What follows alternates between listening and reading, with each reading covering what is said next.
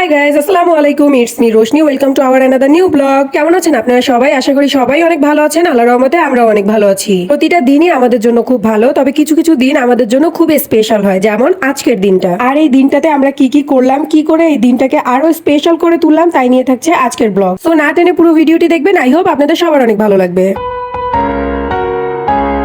আজকের দিনটা আমার আর আমার গুড্ডুর জন্য খুবই স্পেশাল, কারণ এই দিনটাতে আমাদের দুজনের সব থেকে প্রিয় মানুষটা পৃথিবীতে আসছে। তাই এই দিনটাকে আরো স্পেশাল করে তোলার জন্য আমাদের মা ছেলের একটু কষ্ট করা। আজকে গুড্ডুর বাবার বার্থডে, তাই আমি আর গুড্ডু মিলে চলে এলাম গুড্ডুর বাবার জন্য কেক নিতে, কারণ কেক কাটার মাধ্যমে আনন্দটা আরো দ্বিগুণ হয়। আর আজকে ছিল 12 রবিউল আউয়াল, ঈদে মিলাদুন নবী। গুড্ডুর বাবার এবারের বার্থডেটা খুব সুন্দর একটা দিনে পড়ছে। যাই হোক, কেক নিয়ে বাসায় চলে আসছি, আর এখন খুব সিম্পল করে একটুখানি ডেকোরেশন করব। দেখেন কেমন ম্যাজিক করে সেকেন্ডের মধ্যে ডেকোরেশন করে ফেললাম। কিন্তু এরকমটা মোটেও হয়নি, এতটুকু করতেও আমার খুব কষ্ট হয়েছে, কারণ আমার একা একা করতে হয়েছে সবকিছু। আজকে শুধুমাত্র এতটুকু করলাম, কারণ গুড্ডুর বাবার জন্য আরো একটা সারপ্রাইজ আছে, যেটা আজকে কোনোভাবেই দেওয়া যাবে না, কারণ ও জানে যে আজকে ওর বার্থডে, তাই আমি কিছু না কিছু অবশ্যই করব। তাই আজকে একদম সিম্পল ভাবে করব, যাতে ও বুঝে ওর জন্য এতটুকুই ছিল। আর দেখেন আমার গুড্ডু তার বাবার জন্য কত কষ্ট করতেছে। যাই হোক, মা ছেলে মিলে আলহামদুলিল্লাহ এতটুকু করতে পেরেছি, আর যতটুকু করেছি আলহামদুলিল্লাহ। আর এইটা ছিল আমাদের ফাইনাল লুক। আজকে আমাদের ড্রেস আর ডেকোরেশন ছিল ব্লু কালারের, কারণ আমার মনে হয় ছেলেদের ক্ষেত্রে ব্লু আর রেড কালারটাই ভালো যায়। আর এটা ছিল গুড্ডুর বাবার আজকের বার্থডে কেক, যেটা আমি হোমস থেকে নিয়ে আসছি, কারণ বরাবরই আমার হোমস এর কেক গুলো খুবই ভালো লাগে। আর এখন তো ওনাদের প্রোডাক্টের থেকে প্যাকেটটা বেশি ভালো লাগে, যেটা দেখতে খুবই সুন্দর। যাই হোক, অলরেডি 12টা বেজে গেছে, এখন হচ্ছে বার্থডে বয়কে উইশ করার পালা। একদম কাটায় কাটায় 12টা বাজে, আর আজকে কি তোমার birthday. Happy birthday to you dear বুইরা বেটা। তোমার বয়স কত? সত্যি করে বলো তো। 21 বছর।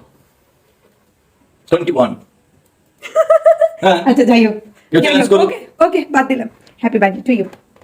Thank you Baba, happy birthday to you. Thank you বাবা। বাবাকে গিফট কই, বাবাকে চুমু দিয়ে দাও।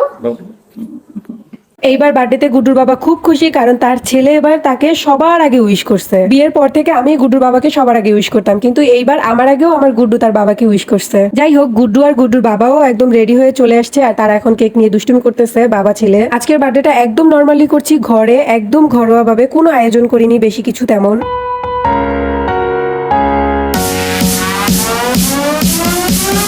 Happy birthday to you. Happy birthday to you.